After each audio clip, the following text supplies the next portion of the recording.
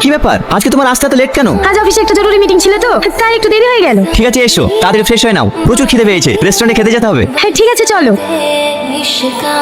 সোনা মা, ও সোনা মা, অর্চিকা মা, অর্চিকা কোথায় গেলে মা?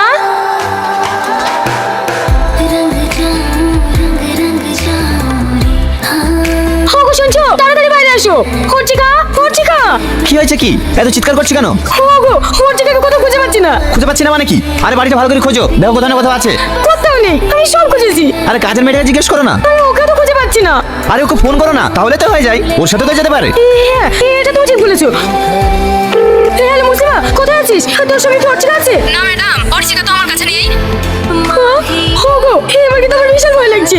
আমার মেয়েকে কেউ কিডন্যাপ করেনি তো? কি আবার বলছো? আমার মেয়েকে কে কিডন্যাপ করবে? দেখো আমি কোম্পানিতে কাজ করি, আমার কোনো